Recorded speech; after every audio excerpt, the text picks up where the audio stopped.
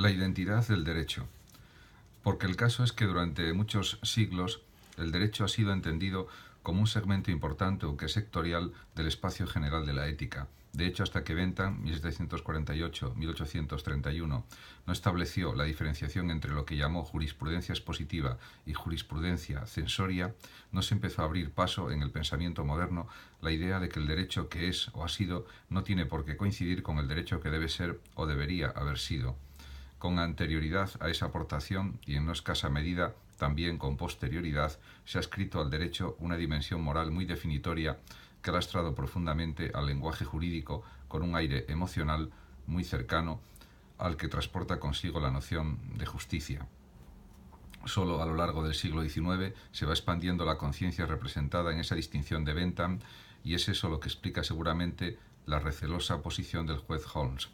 Si, haciendo caso omiso de la sugerencia benthamiana, concebimos el derecho como un conjunto de enunciados normativos cuyo contenido es moral, entonces es imposible que podamos recurrir a la distinción entre el derecho que es y el derecho que debe ser. Es decir, que en ese caso cualquier enunciado jurídico, por el mero hecho de serlo, transporta consigo una justificación moral interna, o lo que es lo mismo, no solo el derecho, sino que es el derecho que debe ser. Pero esto es muy difícil de aceptar.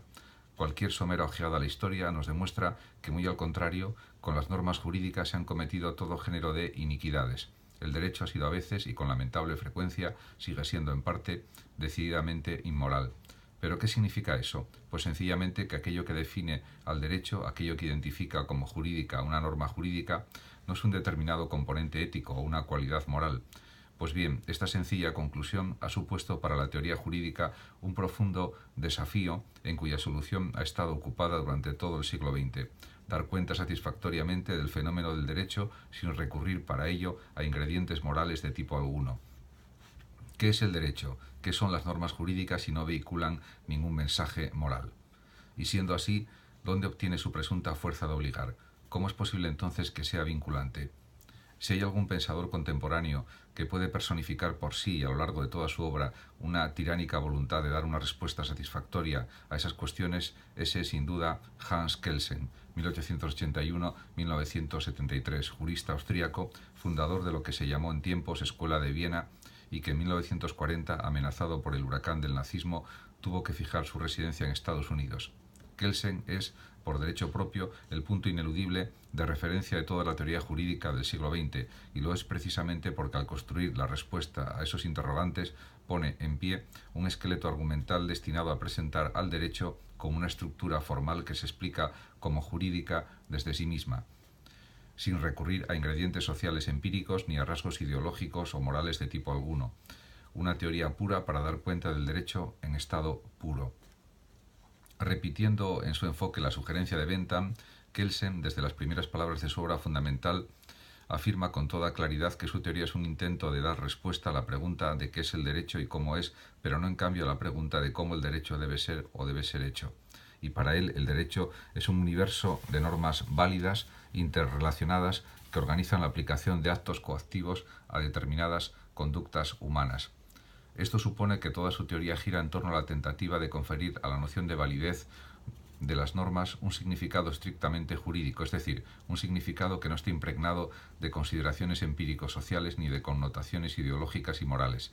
Respecto de la desvinculación de las normas jurídicas válidas de cualquier connotación moral, Kelsen es extremadamente claro y escribe: la validez de un orden jurídico positivo es independiente de su correspondencia o de su falta de correspondencia con cierto sistema moral. La validez de las normas jurídicas positivas no depende de su correspondencia con el orden moral. Kelsen, 1960. La posición de Kelsen a este respecto se entiende mejor si se piensa que para él los enunciados morales no son susceptibles de justificación racional ni de fundamentación científica. Son irremediablemente irracionales y puramente subjetivos. Frente a ellos, las normas jurídicas tienen que estar dotadas de una dimensión objetiva de validez que posibiliten su fuerza general en una determinada sociedad. Para establecer ese significado objetivo estrictamente jurídico de la noción de validez es para lo que se elabora toda la teoría pura del derecho. Según esta teoría, una norma jurídica solo existe si es válida, y es válida cuando ha sido creada de conformidad con un procedimiento previsto por otra u otras normas jurídicas válidas. Estas serán a su vez válidas por la misma razón, una norma superior les habría conferido su validez, y sucesivamente, ascendiendo por una estructura normativa de forma piramidal, llegaríamos así a una primera norma o constitución que sería el depósito de validez jurídica de toda la pirámide normativa. Pero ¿por qué es válida esa Constitución? En este punto Kelsen afirma que hemos de suponer que por encima de esa norma se da una norma hipotética fundamental que es presuntamente o presupuestamente válida y condición de posibilidad de la validez de todo el sistema jurídico, una condición lógico-trascendental sin la cual es imposible el conocimiento del derecho positivo como derecho válido y la validez misma de ese derecho. Esa norma fundamental tiene, sin embargo, una expresión empírica, el acatamiento generalizado del sistema jurídico. Cuando un orden jurídico ve a sus normas efectivamente obedecidas y aplicadas, es decir, cuando un orden jurídico es generalmente eficaz, entonces es un orden jurídico válido, aunque Kelsen afirma que la eficacia o efectividad es condición de la validez del orden jurídico, sería más riguroso con su propia teoría decir que la efectividad de un orden es la expresión empírica de su validez, porque Kelsen mismo insiste siempre en sostener que la validez de las normas está más allá de su efectiva aplicación o acatamiento, es anterior a ella, sobre todo si interpretamos la noción kelseniana de validez como equivalente a obligatoriedad o fuerza vinculante de las normas, lo que es un tema que se ha prestado a cierta discusión, y la noción de eficacia como equivalente al hecho de que las normas sean tenidas por vinculantes y en consecuencia sean obedecidas y aplicadas. Kelsen traicionaría sus propios postulados y afirmara que del hecho de que unas normas sean tenidas por vinculantes se podría derivar el que sean vinculantes, es decir, válidas. Por el contrario, mantendría la coherencia de su teoría si lo que afirmara fuera que las normas son consideradas vinculantes efectividad porque son realmente vinculantes validez. Pero si esta versión es correcta, el precio que tiene que pagar por la coherencia es el de cometer una petición de principio. Kelsen trata de decirnos que para poder considerar a las normas jurídicas como normas válidas, es decir, como normas dotadas de fuerza vinculante, debemos asumir o presuponer que son válidas, que están dotadas de fuerza vinculante, que es precisamente lo que trataba de demostrar. En efecto, la formulación que nos ofrece de la norma hipotética fundamental, es decir, de aquella norma que hemos de presuponer para entender el derecho positivo como derecho válido, reza así: se debe obedecer la Constitución, pero si nuestro empeño consiste precisamente en establecer el significado de validez, y validez es equivalente a vinculatoriedad, o lo que es lo mismo, a deber de obediencia, entonces lo que estamos buscando es exactamente una respuesta a la pregunta de por qué se debe obedecer la Constitución, y Kelsen nos dice simplemente que al hablar del derecho válido presuponemos que debe obedecerse y no podemos ir más allá.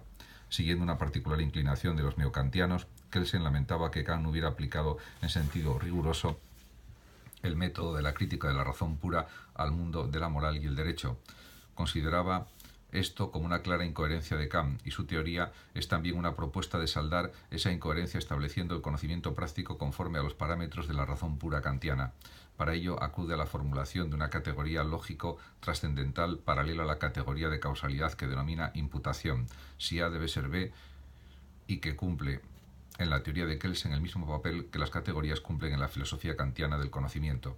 ¿Cómo es posible el conocimiento del derecho?, se pregunta Kelsen, y responde: porque la categoría imputación es un parámetro universal de conocimiento que presupone en el empleo cotidiano o que se presupone en el empleo cotidiano de los enunciados jurídicos empíricos. Y esa categoría expresa un deber ser, pero no un deber ser axiológico, sino un deber ser lógico trascendental, sin el que sería imposible el conocimiento del derecho positivo empírico como derecho válido. La norma hipotética fundamental no es sino la formulación de ese deber ser presupuesto. El error de Kelsen se origina, en mi opinión, aquí, porque una categoría lógico trascendental puede ser en todo caso condición de posibilidad del conocimiento de las proposiciones del derecho, es decir, podría ser un instrumento apto para la descripción correcta de las normas jurídicas, pero en ningún caso implicaría la aceptación de las mismas como válidas. Kelsen mismo diferencia entre enunciado jurídico y norma jurídica.